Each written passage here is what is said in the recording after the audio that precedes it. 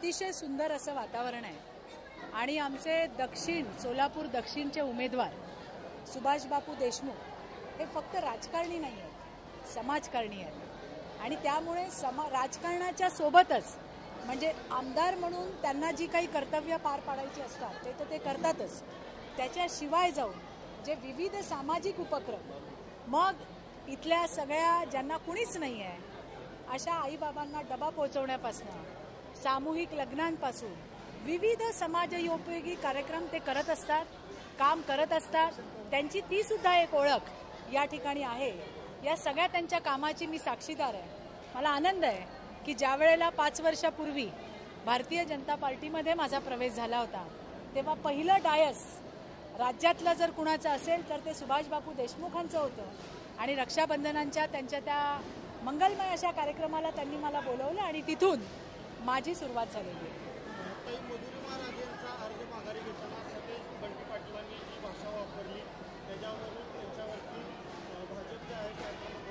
बघा, मी तुम्हाला एक सांगते की मी एक राजकीय कार्यकर्ता विसरून जा, मी एक बाई आहे ना. त्यावेळेला त्या ताईंच्या चेहऱ्यावरचे जे अगतिकतेचे भाव होते ते बघून या राज्यातली प्रत्येक बाई हल्ली असणार. त्या कोणी साध्या सुध्या नाही आहेत, त्या छत्रपतींच्या सुनबाई आहेत आणि संपूर्ण महाराष्ट्राने पाहिलं की छत्रपतींच्या सुनबाई बरोबर कशा पद्धतीने वागण्यात आलं. त्यांचा नवरा त्याने तिचा असा हात असा खेचून त्यांना पुढे घेतलं. त्यांचे सासरे जे तुतारीचे खासदार आहेत, छत्रपती आहेत, त्यांनी सांगितलं यांच्या समोर सही करा. ज्या दरडावणीच्या भाषेमध्ये ते त्या ठिकाणी बोलले ते सगळ्यांनी ऐकलं. त्या ताई आल्या, त्यांनी सही केली. नवऱ्याने त्यांना खेचून आणतानाचे त्यांचे चेहऱ्याचे भाव, सासऱ्याने फरमान सोडलं की यांच्या समोर सही करा, त्यावेळेला त्यांचा चेहरा, त्या ते सबमिट करायला गेल्या तेव्हा त्यांची चाल, तिथून त्या बाहेर येताना त्यांच्या चेहऱ्यावरती जी अगतिकता दिसत होती ती डोळ्यात पाणी आणणारी होती. यावर मागच्या लोकसभेमध्ये काँग्रेसचे नेता सतेज पाटील, बंटी पाटील, या बंटी पाटलांनी गादीचा मान असं म्हणत कॅम्पेनिंग केलं. मत कोणाला? छत्रपतींच्या गादीला. आणि त्याच परिवारातल्या छत्रपतींच्या सुनबाईंना दम नव्हता तर उभारलात कसे, अशा पद्धतीची जी भाषा वापरली. किती फ्रस्ट्रेशन असू दे, तुमच्यासोबत कोणी काय केलं, तुमची कोणी घंटी वाजवली, ते बंटी भाऊनी शोधावं आता. परंतु कितीही फ्रस्ट्रेशनमध्ये असले तरी त्या ठिकाणी छत्रपतींच्या सुनबाईंचा ज्या पद्धतीने त्यांच्या घरातल्यांनी पण आणि या बंटी पाटलांनी ज्या पद्धतीने त्यांचा जे वागले, जो पाणउतारा केला, तो मनाला त्रासदायक होता, आमच्या सगळ्यांसाठी वेदनादायी होता. सर्वसामान्य घरातली बाई पण म्हणत होती, आमच्या नवऱ्याची पण अशी हिंमत नाही आम्हाला असा हात धरून खेचून आणायची. या तर सुनबाई आहेत, त्या पण छत्रपती घराण्याच्या. अर्थात तो त्यांचा वैयक्तिक प्रश्न आहे, परंतु ज्या पद्धतीने त्यांना ट्रीटमेंट दिली गेली, ज्या पद्धतीने त्यांच्याशी वागलं गेलं, मी मगाशीच म्हटलं राजकीय कार्यकर्ता म्हणून सोडून द्या, पण एक बाई म्हणून मला अतिशय वेदनादायी वाटलं. त्यांच्या चेहऱ्याची अगतिकता बघवत नव्हती.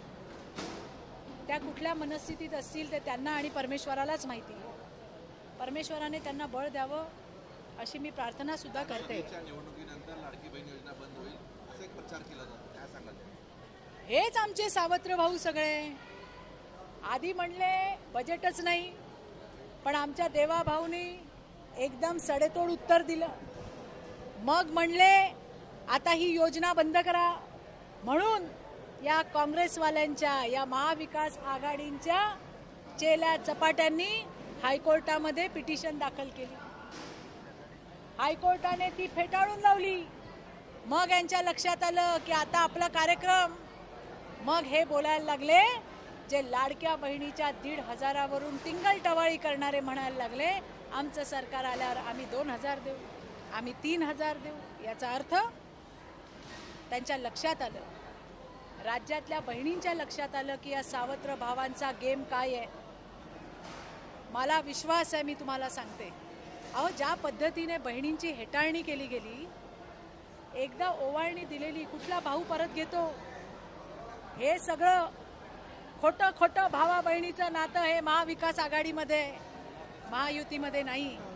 आणि आमचा देवाभाऊ देणारा देवाभाऊ आहे. सगळ्या बहिणींचा आशीर्वाद हा आमच्या एकनाथराव शिंदे, आमच्या देवाभाऊ, आमच्या अजितदादाच्या सोबत आहे. हे तुम्हाला मी अत्यंत जबाबदारीने सांगते. शरद पवार येणाऱ्या 1.5 वर्षात संसदीय जे राज्यसभा आहे ते आता निवृत्त होते. त्यांनी संसदीय जे राजकारण आहे त्याच्यामधून निवृत्तीचे संकेत जे आहेत पवार साहेबांनी दिले आहेत. मला माहिती नाही, पण मागे एकदा काहीतरी साहेब म्हणाले होते, मला आठवतं की मी आता लढणार नाही, पण ते लढले होते. त्यामुळे आता ते काय बोललेत मला माहीत नाही. हिना गावितांनी राजीनामा दिलाय भाजपाचा. खूप मोठ्या नेत्या ज्या आहेत ते भाजपाचा राजीनामा देतात, कशा प्रकारे बघताय? नाही, मला असं वाटतं की आम्ही महायुतीमध्ये आहोत, त्यामुळे आमच्या तिन्ही पक्षांना त्या ठिकाणी जागा हव्या. बरेच आमचे नेते कार्यकर्ते नाराज झाले तिकीट नाही मिळालं म्हणून. देवेंद्रजी असतील, आमचे बावनकुळेजी असतील, आमच्या भारतीय जनता पार्टी, शिवसेना, स्वतः एकनाथराव शिंदे, राष्ट्रवादी, स्वतः अजितदादा, तटकरे साहेब, या सगळ्यांनीच प्रयत्न केले. बऱ्याच लोकांना शांत करण्यात त्यांना यशही आलं, पण काही नाही ऐकले. हिना आमची एक चांगली बहीण आहे, आमच्यासोबत काम केलंय, पूर्वी केलंय, आताही करतीये. त्याच्यामुळे असा तिचा निर्णय झालाय. आता तुम्ही सांगताय, मला माहीत नव्हतं, परंतु आता काय बोलणार. प्रत्येकाला लढायची इच्छा असते, तिलाही समजवण्यात आलं असेल. लोकशाहीमध्ये प्रत्येकाला लढायचा अधिकार आहे, त्या पद्धतीने तिने काहीतरी ठरवलं असेल. लोकसभेला ज्या पद्धतीने सांगलीमध्ये निवडणूक झाली, त्या पद्धतीने सांगली पॅटर्न आता दक्षिण विधानसभेत राहू, आपण ज्यांच्यासाठी आलात त्यांच्या विधानसभेत राहू, असं एक महाविकास आघाडीचं गणित चालू. काय सांगाल? ही सगळी गणितं तुम्हाला सांगते, किती गणितं लावली. आधी संविधान बदलणार म्हणून, नंतर आरक्षण हटवणार म्हणून, जितकं काही खोटं बोलता येईल तितकं सगळं काम या महाविकास आघाडीने केलेलं आहे. लोकांना काय पाहिजे मला सांगा.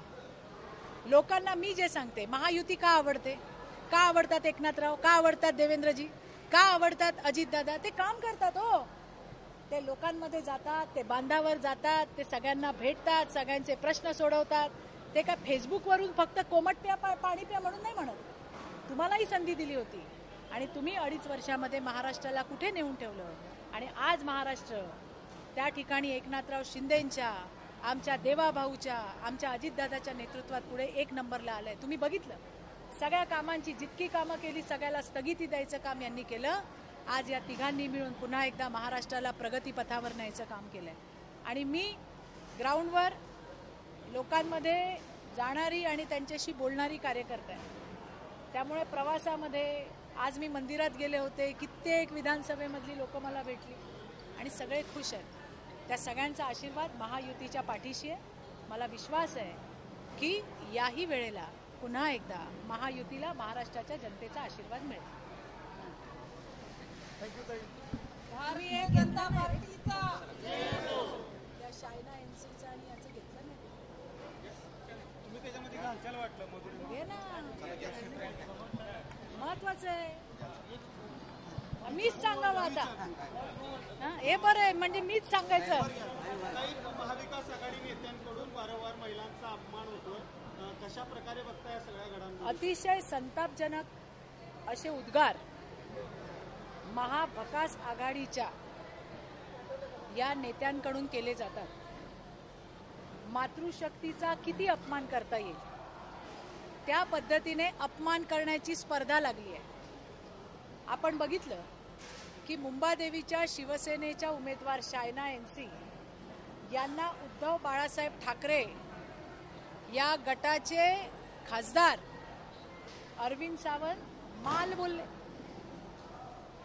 दुसरे, सकाळी उघडल्यावर जे गटार चालू होतं त्या संजय राऊतचा धाकटा भाऊ सुनील राऊत यांनी शिवसेनेची उमेदवार सुवर्णा करंजेताई यांना म्हणलं ही बकरी आहे आणि माझ्या गळ्यात बांधली आहे आणि 20 तारखेला तिला कापू. अरे ही कुठली भाषा आहे? ही कुठली भाषा आहे? आणि मला आश्चर्य या गोष्टीचं वाटतं की एरवी तेरवी उठून सटर फटर बोलणाऱ्या सगळ्या गप्पा आहेत. आमच्याकडे संगमनेरला जयाताईबद्दल अपमानजनक बोललं गेलं.